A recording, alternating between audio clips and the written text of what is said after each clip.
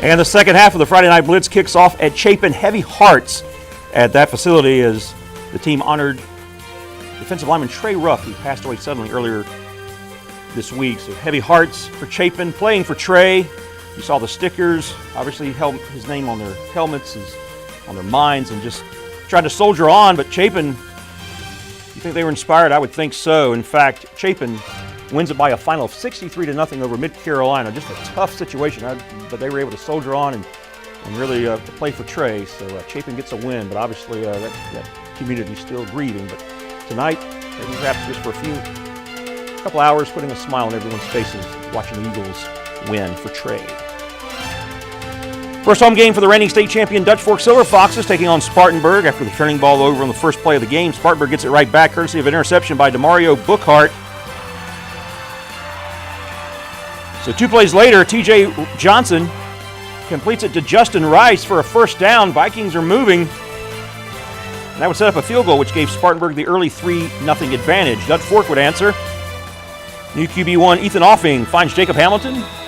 Gets a first down. That sets up a field goal. So Foxes made it to tie the game at 3. Second quarter, a bad exchange on the handoff leads to a fumble. Dutch Fork recovers it, and they would hit a field goal a few plays later. But Spartanburg's defense dominates this one, and they knock off the reigning state champion 17-6. Dutch Fork 0-2 for the first time since 2015. Figure Tom Knotts will figure it out, but he's got a challenge over there. Sumpter hosting Ridgeview. Mark Barnes' unit got off to a 21-0 advantage, now 21-7 in the second.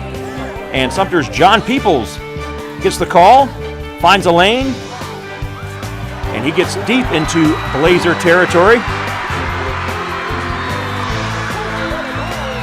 And that would lead to Peoples on the direct snap. This is one of the bread and butter plays that Mark Barnes has had in his arsenal since he got there. The names change, but the results stay the same. Touchdown Gamecocks 28-7 at that point. Sumter's defense would strike. Jarn Bennett gets a nice INT. Oh, that was nice. Playing center field.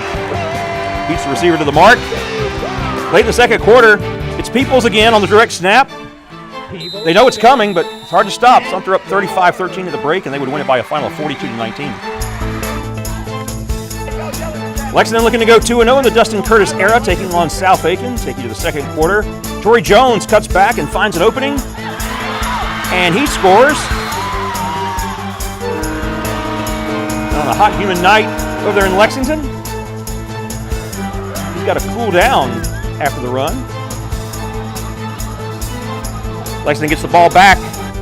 Another touchdown run, this time by Toby Soberlowski. I hope I pronounced that right. If I didn't, I'm sure somebody will be calling. Hey, Lexington wins it by a final of 59-27. Irmo hosting Lancaster, an old friend back in the Midlands. A new addition to the Irmo coaching staff, former Ridgeview head coach Raymond Jennings, who had been in Darlington for a few years, back in the Midlands. He is the Yellow Jackets defensive coordinator. So we have to show some defense, right? That was Darius Goodson, tip drill. And Darius is there with the INT. And that would lead to A.J. Brand, quarterback for Irmo. Rolls out and finds Jaden Allen Hendricks. Last time we saw him on the blitz, he was wearing Gilbert colors, but he's playing for Irmo now, and he powers his way through would-be tackler, scores. It's not the first time he's been in the end zone, and Irmo wins at 56-18 over Lancaster. Richland Northeast hosting Blythewood early in the third quarter. Quarterback Harrison Collins lobs it in the end zone for a wide-open Desmond Macklin for a Bengals touchdown. Nicely done. Nice pitch and catch there. Blythewood with the ball late in the third quarter. Zahir Jones gets the handoff. Check this out. Bulldozes the defender. And Blythewood is in the red zone. And that would set up Ed Robinson for the easy push for another Bengals score, and Blythewood wins 35-18 over R&E. Gray Collegiate Academy hosting Crestwood. Roosevelt Nelson, the Crestwood head coach. Adam Holmes for Gray Collegiate Academy. They would watch a shootout. This game was tied at 28 at halftime. Opening kickoff of the second half. Gray Collegiate's B.J. Montgomery has it, turns the corner, uses the speed, and a home run to open up the third quarter. Gray Collegiate takes the lead. How about special teams? Something in the air tonight. Special teams, special for Gray Collegiate Academy. Zeb Taylor recovers the block punt for 6. And that gives the War Eagles a 41-28 advantage. Crestwood comes right back, though, as Arian Yates scores for the Knights. Wild game over there in West Columbia, and Crestwood wins it by a final of 62-60, or Great Collegiate, I should say, wins it by a final of 62-60 over Crestwood. Hammond back to its routine of playing in-state schools, hosting Florence Christian. Head coach John Wheeler watching his team go to work. Second quarter, Hammond quarterback Charlie Allen swings it out to Michael Tyler. Makes a diving catch down at the 1, matching his number. Next play, Allen hands it off to Kenson Holland, who trots in for the score. Ensuing drive for the Eagles. It's a busted play, and quarterback Landon Fegan is hit hard in the backfield by Drew McCall. And Hammond rolls 47-0 over Florence Christian. Heathwood Hall at Ben Lippen. Second quarter, tied at 7. Ben Lippen quarterback Javon Gilmore steps back, finds Blake Bost. He gets hit as he gets in the end zone. Ow, but he hangs on. Touchdown for the Falcons. Nicely done.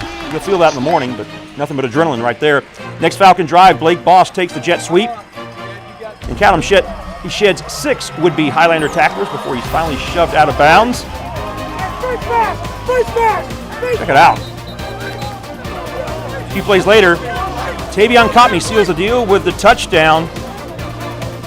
And Ben Lippen wins it by a final of 21-14 over Heathwood Hall.